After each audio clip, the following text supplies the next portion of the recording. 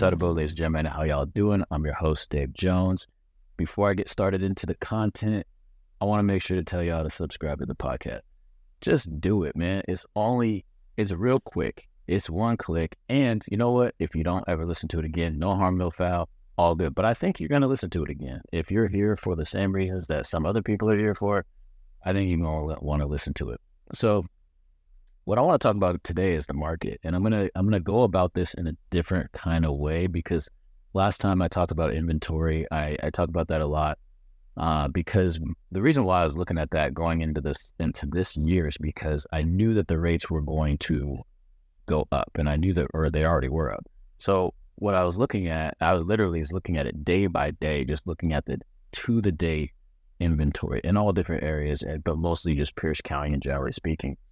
And that's why I was taking a look at that. But we're going to spend some time, just a little bit of time on the rates, a little bit of time on inventory. Then I'm just going to show you some numbers, or I'm going to talk about some numbers that you might want to pay attention to. So with that, let's get into this one. I'm not going to spend too much time talking. I want to get this done. This should be really quick, and you can get you out of here at a good time. So I was just looking at some data the other day, so I'm just going to give you my I haven't prepared this or nothing like that. There's a slideshow that I went through with some folks that we do a weekly meeting here, and sometimes we'll have data and whatnot. This was in our Ninja group. I went over this. So just for a warm up, guess what price point has the most sales year to date? And this actually was from a couple days ago, so it's not all the way year to date, but for the most part. The price point in Tacoma that had the most sales was $400,000 to $450,000, with 293 sales. And so 242 from the price range of 350 to 400,000, and then 241 from the price range of 450 to 500,000. So the $400,000 to $450,000 range was the most purchased, or actually has the most sales in our market. So anyway, just a quick warm up. You can take a look at that if you want to. So data markets and trends. Let's talk really quickly about the rates. So if you're watching this on YouTube, you'll be able to see all of what I'm talking about, because I'll have the slides going. So this is a slideshow that I'm just going to go through. So if you watch this on YouTube, you may want to check that out. So if you're listening to this on audio, great. You'll still be able to get some of these numbers. I'm going to talk through this stuff. But if you want to see the actual graphs and see the actual things I'm talking about, slide over to YouTube, tap in, watch it over there. All right. So this first slide I have is from Freddie Mac. The source is Freddie Mac, but it's also from Keeping Current Matters and talking about the mortgage rates. So it shows a graph from October 22nd to today. And the rates, the 30-year fixed rate, what's that done in the weekly averages. So it pretty much hovers in the sixes, mid sixes, low sixes. You'll see in January of 126. So let's say January 5th, 2023 was 6.48 average, and we're up to a 6.71 average as of 6/29 as of June 29th. But we are currently in the middle of July, or past the middle of July. And so I think we're above that. But it just goes to show that, the rates have been pretty steady for the most part.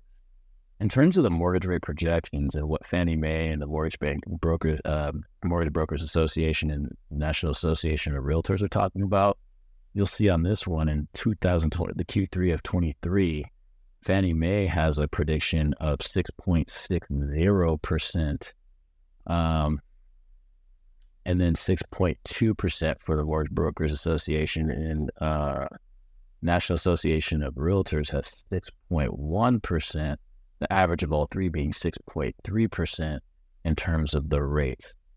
So basically the projection is that in Q3 of this year, they'll go down slightly.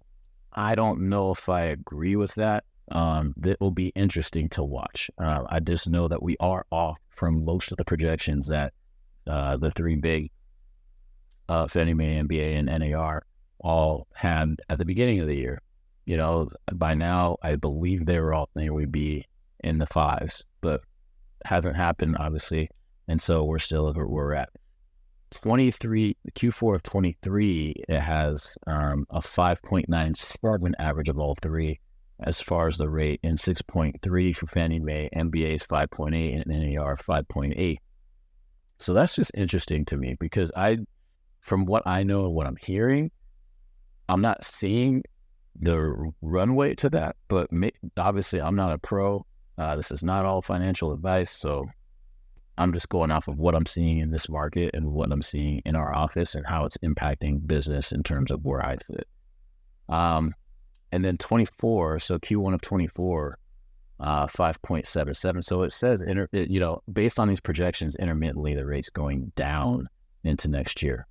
I don't know what's going to happen with the rates. It all depends on what Powell decides to do, if they're going to, in terms of the basis points or what they want to do there. I do know I'm pretty optimistic about next year. And so I believe that we're going to have a better year next year. I think that there is light at the end of the tunnel, as opposed to last year where we had such drastic swings with the rate and then the inventory, and it was just like where the ground was moving out from our feet. I mean, we went up 4 percentage points in a year. It's just not even a year, 3 months. That's just crazy. So there's a lot of shock in this market. At least we know what grounding we're on. We know what footing we're on. And I just think that we're going to, at least see some improvements in that. And based on this in the Q3 and Q4, but I don't know. I'm not holding my breath for that. And I do think next year, though, we'll see some relief, at least in our market, in the real estate market. I can't speak for the other industries. But I do know that once typically, historically, in a recession, rates come down. So I actually, not that I want a recession, but I'm like waiting for them to say the word so then that we can start hopefully making that pivot. This next slide that I'm on shows the mortgage rates, 30-year fixed rate, and actual and projected. So it just shows a visual representation of what we were looking at on last one. That's all I'm going to talk about rates because I don't control that. I don't know what's happening there. I'm not going to pretend to know. I do know and I follow it, but in terms of the projections, I can't tell you what. I don't have a crystal ball. I don't know. And that's why we always say just do what's best for you and don't over leverage yourself on a payment because the rates are high. But if you can do that payment, get into the house that you want right now, because here's what's going to happen.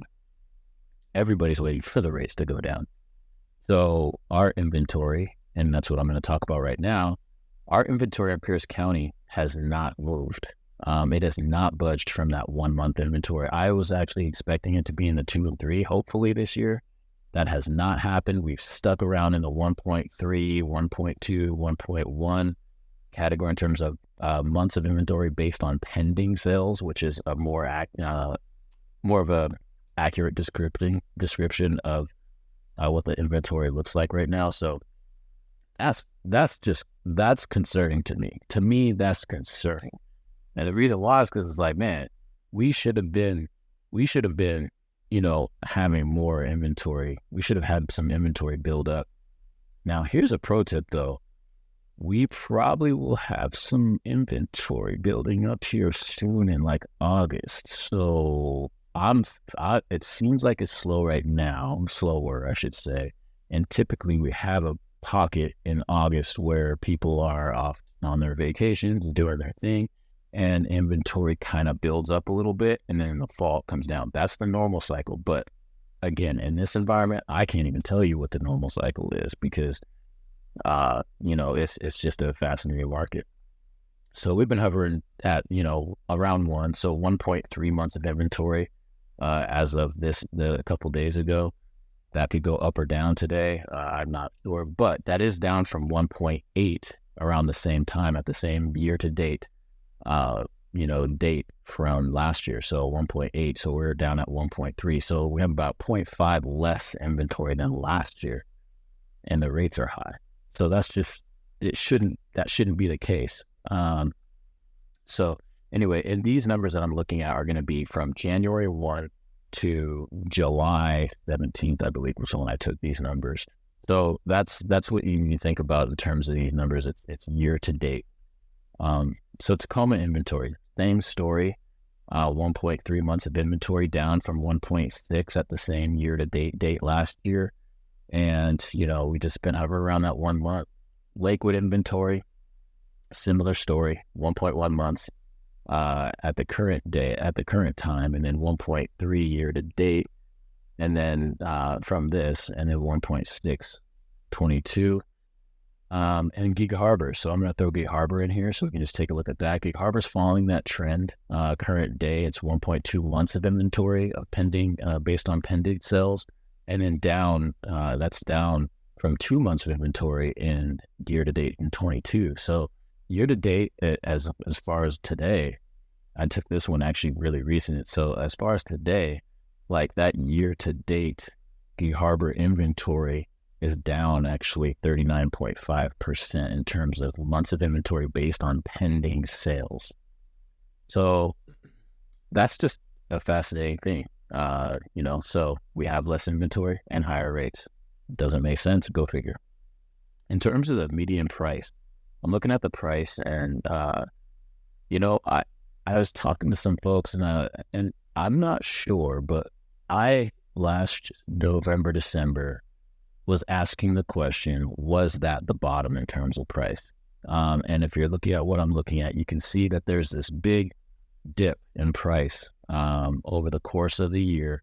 And actually the last half of the year of 22, and maybe even a little bit before, the prices just kind of did a straight nosedive in terms of the median sales price in Pierce County. So I'm not sure. At that time, I was like, is this the bottom? And I'm asking that because I'm also in the crypto market and all these other things, NFTs and Web3. And in that market, we're in a bear market, of course, and in stocks and whatnot. But,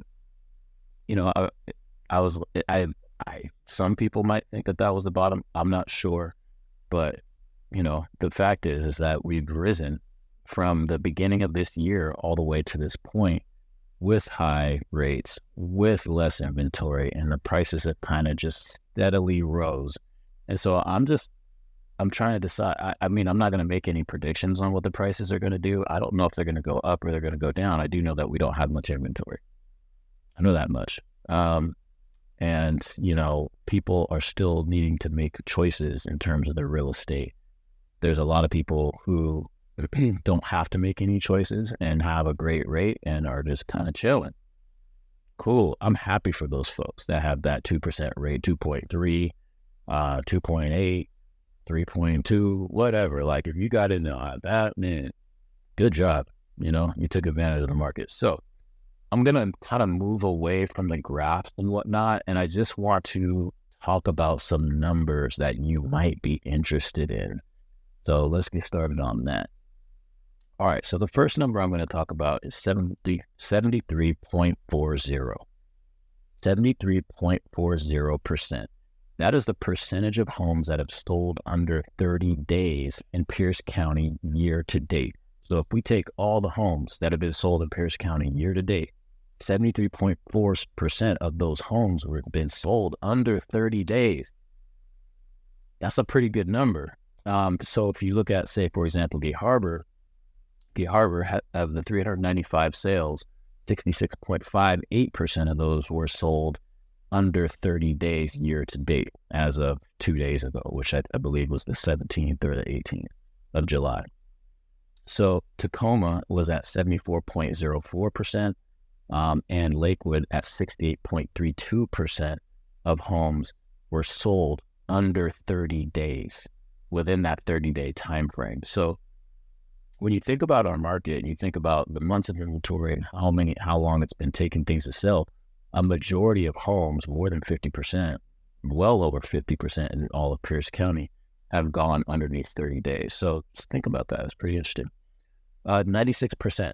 So 96% is the percentage of homeowners, and this is a national number, 96% is the percentage of homeowners current on their mortgage in the United States. That is, the source of that is Marina Walsh, Mortgage Bankers Association, president of Industry Analysis. So talk to her if you want to dispute that number. Don't call me about that because I didn't come up with that number. But that is the data. 38.2% of owners own their home free and clear. This is from the Census Bureau in 2022. So that is an interesting number. And the reason why is because you can't foreclose on a home that's already owned free and clear. I will say this, I looked up before, like in 2008 or like before the Great Recession, what was the same number, and I believe it was around 44% or 43%, somewhere in there.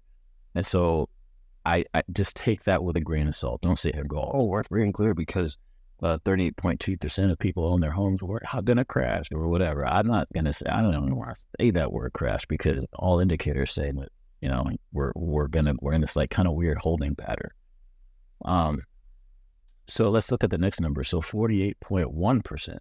So 48.1% of homeowners have more than 50% equity in their home. And again, this is based on the source of this is the Census Bureau in 2022. So if you add those two numbers up, I'm looking at 38.2% plus 48.1%. What's the math on that? Let's see. I told you, this is going to be straight up. I'm not like planning this. 38.2% plus 48.1%. I'm not going to mess around and act like I'm going to do the math in my head. I'm not. 86.3%. So 86.3% of people either own their homes outright or have more than 50% equity in their home. So think about that one. That's just insane. So that's a pretty interesting number to stick to.